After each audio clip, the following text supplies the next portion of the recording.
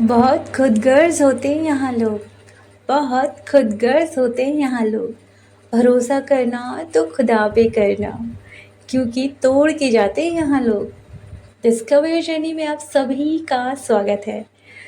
मेरे दादा यानी मेरे भाई की मैरिज हो रही थी, जिस वजह से मैं वीडियोस नहीं बना पा रही थी, और मैं चाहूँगी आप सभी लोग उन्हें ब्लेसिंग दीजिए।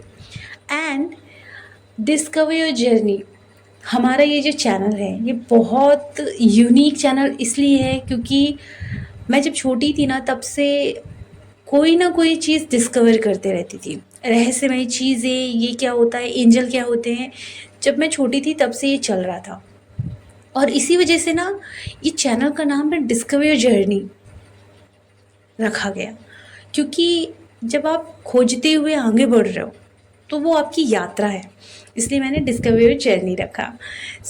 इस चैनल को भी बहुत सारी ब्लेसिंग दीजिए, ताकि अब आपके साथ एक ऑथेंटिक नॉलेज, एक बहुत प्रॉपर एक्सपीरियंस जो मुझे इस जर्नी में हुआ है वो मैं शेयर करूं। और आप सभी को बताना चाहूँगी कि जर्नी में ना हमेशा सीखते रहना चाहिए, और मैंने बहुत कुछ सीखा है और मैं अभी भी सीख रही हूँ, क्योंकि मुझे लगता है कभी भी रुकना नहीं है। क्योंकि मैं रुक चुकी थी कि मुझे तो बहुत नॉलेज है, देन माइंड मेरा स्टक हो गया था। तो मैं अपनी जर्नी की बात करूँ तो जब मेरा माइंड स्टक हो गया था ना, तो मुझे नॉलेज मिलना बंद हो गया था। जब मैंने खुद को बोला कि मैं ज़ीरो हूँ और मुझे कुछ नहीं आता है, तो उसके बाद क्या हुआ कि जो मेरा माइंड था वो ओपन हुआ, और उसके बाद मुझे और सारी नॉलेज मिलना शुरू हुई। मतलब आपके पास जितना भी ज्ञान हो ना, वो बिल्कुल ऐसे समझो शून्य के बराबर है। जब उस ज्ञान की ज़रूरत जिसे होगी उस तक ये ज्ञान पहुंच जाएगा, और जिसे उस ज्ञान की ज़रूरत नहीं होगी उस तक वो ज्ञान नहीं पहुंचेगा। बस वही चीज़ होती है कि आपके पास चाहे जितना भी नॉलेज होगा, आप अपने आप को हमेशा शून्य समझना, जिससे कि आपका माइंड स्टक ना हो। और जब आप ऐसे चलोगे तो आपको डिवाइन बहुत सारी नॉलेज देंगे, बहुत सारा ज्ञान देंगे, और फिर भी अपने आप को शून्य ही समझना। ओके, किसी को भी ये नहीं समझाने की कोशिश करना कि मैं बहुत पावरफुल हूँ, मुझे तो ये भी आता है, मुझे तो वो भी आता है, हाँ मैं जानती हूँ, मैं जानता हूँ। ये करने की ज़रूरत नहीं है, क्योंकि आप फिर ग्रो नहीं करते।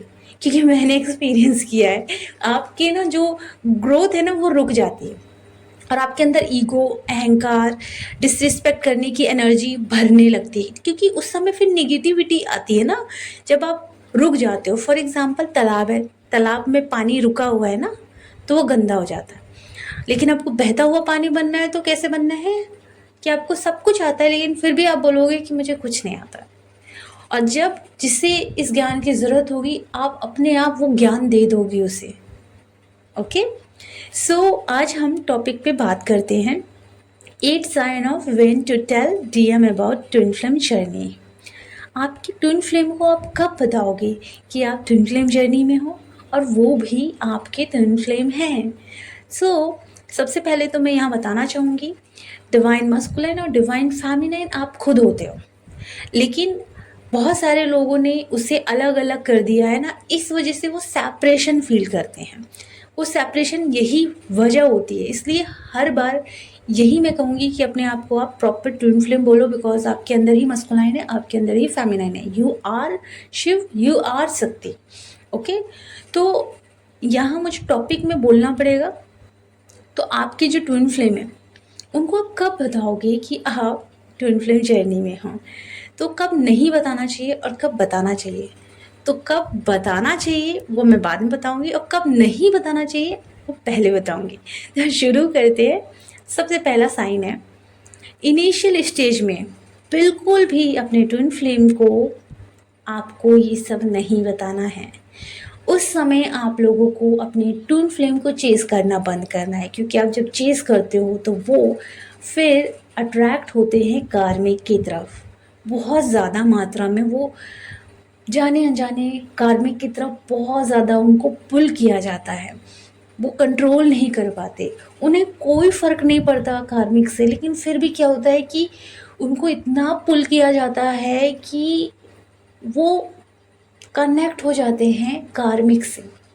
सबसे बड़ा रीज़न यही है कि जितनी भी फेमिनाइन है, जितनी भी अनअवेकन ट्विन फ्लेम है, फेमिनाइन ऊर्जा, वो क्या करती है, अपनी ट्विन को चेस करती है। बहुत सारे मैन बॉडी में भी फेमिनाइन ऊर्जा है, तो वो भी अपने ट्विन फ्लेम को चेस करते हैं। आप जितना उन्हें चेस करोगे ना, उनका माइंड क्या होगा पता है? उनका माइंड कार्मिक की तरफ अट्रैक्ट होगा और वो कंट्रोल नहीं कर पाएंगे, बिल्कुल भी कंट्रोल नहीं होता। और ऐसा लगता है कि पता नहीं मैं क्यों अट्रैक्ट हो रहा हूँ, इसमें तो कोई बात है ही नहीं। फिर भी अपने आप ही बात करने की क्रेविंग होने लगती है, और फिर बात करते करते वो कनेक्शन बिल्ड होने लगता है। उन्हें कोई अटैचमेंट नहीं होती, लेकिन धीरे धीरे वो अटैचमेंट होने लगती है, बिकॉज आप उन्हें इतना चेज़ करते हो कि वो कार्मिक की तरफ चले जाते हैं। कार्मिक में ज़रूरी नहीं होता कि वो रिलेशनशिप में जाएं, हो सकता है कार्मिक में ऐसा हो कि वो सोलमेट की तरफ भी चले जाएं। ओके, सोलमेट की तरफ में फैमिली मेम्बर होगा, या फिर कोई रिलेशनशिप होगा, या फिर दोस्त होंगे। जो फेमिनाइन है वो ज़्यादा उन्हें ना चेज़ करती है, अपने मस्कुलाइन को वो ज़्यादा चेज़ करती है।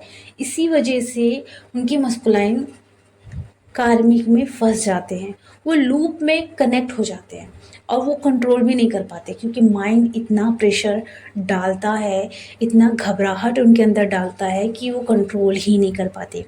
ये बहुत बड़ा एक्सपीरियंस मैं आपके साथ शेयर कर रही हूँ, क्योंकि ये मेरा एक्सपीरियंस है, बिकॉज मैंने अपनी जर्नी में फेस किया है।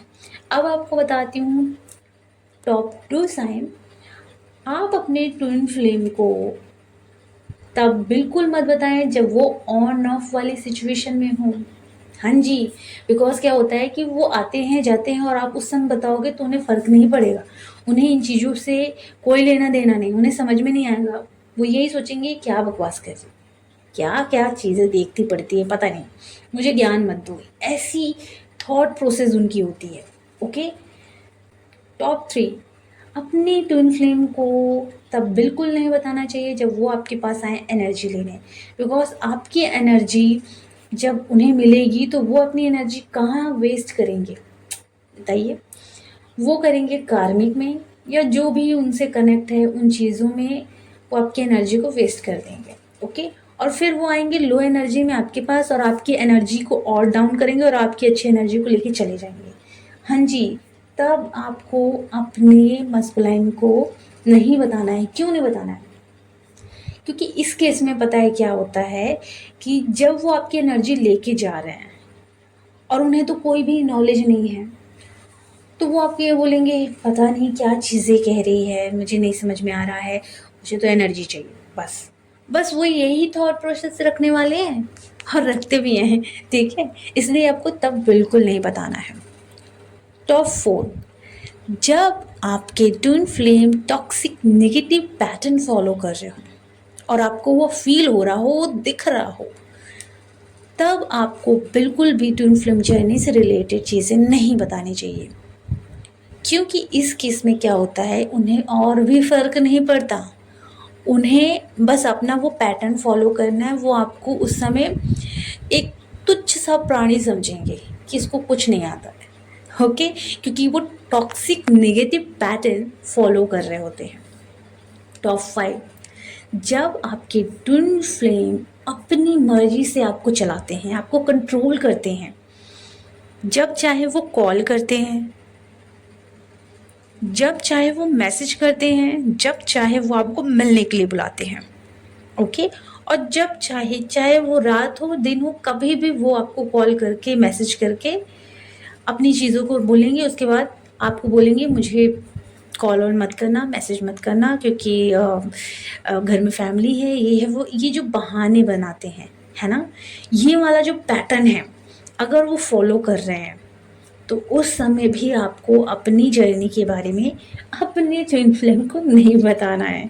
ओके, क्योंकि उस समय वो अनअवेकन है, अवेकन नहीं है। उस समय वो बस आपको कंट्रोल कर रहे हैं, उस समय बस आपसे वो कनेक्ट होके एनर्जी ले रहे हैं, दैट इज़, और कुछ भी नहीं चल रहा है। अब बात करते हैं हम अब शेयर कब करना है। हाँ जी, टॉप 6। जब आप स्टेबल हो जाओ, जब आपको ट्विन की क्रेविंग ही फील ना हो, उनके कॉल मैसेज या उनकी डीपी कुछ भी देखने की कोई इच्छा ही नहीं है, अंदर ट्रू लव है आपके, बट अब आपको ना कोई वैलिडेशन नहीं चाहिए, अब आपको ना कोई कन्फेशन नहीं चाहिए, अब आपको कोई कमिटमेंट नहीं चाहिए।